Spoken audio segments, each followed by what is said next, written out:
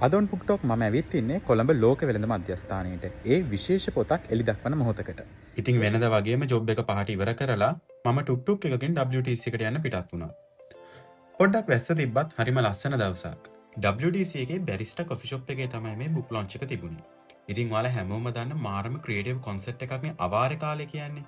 ඒ concept එකේ ගායක ගායිකාවන් concept එක ඇතුලේ ලැබපු මතකයන් එක් කරලා තමයි මේ පොත හදලා තිබුණේ. බුක් ලොන්ච් එකට ලක්ෂිත මිහිරාන, සිමිනි ඔපයන්ගේ, මනුරංග විජේසේකර වගේ ආටිස්ට්ලා වගේම මේ පොත ලියන අයිඩියා එක දුන්න සඳක නදුන් අයියත් ඇවිත් හිටියා. එනිවේ මේ පොත නම් මාරම ලස්සනයි. දේසි මල් වලින් හැඩවුණු හරිම ලස්සන පිට කවරයක් එක්ක ලස්සන ෆිනිෂිං එකක් පොතේ තිබ්බා.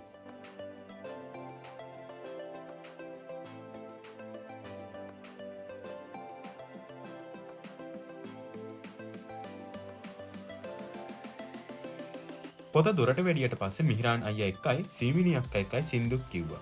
විශේෂම දේ තමයි ලංකාවේ සෝෂල් මීඩියා වල ගොඩක් ප්‍රසිද්ධ බුක් ටෝකර්ස්ලට ඉන්වයිට් කරලා තිබුණ මේ ඉවෙන්ට් එකට. ඉතින් අපි හැමදාම ෆෝන් එකේ ස්ක්‍රීන් එකෙන් විතරක්ම දකින නිපුණි අක්කා, ටිෂාන් අයියා, මල් කුමාරි අක්කා, ආවිෂ අක්කා වගේ ගොඩක් අයව ඇස් දෙකටම දකින්න අවස්ථාවකුත් මට ලැබුණා. ඉවෙන්ට් එක ඉවරුණාට පස්සේ අපි පොතේ සයින් කරගත්තා, ෆොටෝ ගත්තා, කතා කරා. ඇත්තටම හරිම ලස්සන දවසක් එදා. ජීවිතය කියන්නෙම මතකයක්නේ. මතක මතක් කරනවා කියන්නේ හරිම ලස්සන දෙයක්. ඉතින් මතක ගොඩකින් හැදුණු මේ පොතත් මතක තරම්ම ලස්සන ඇති. ඔයාලටත් පුළුවන් ලබන 28 වෙනිදා මේ පොත කියවන්න. ඉතින් ආරාධනා කරනවා මේ පොත කියවන්න කියලා.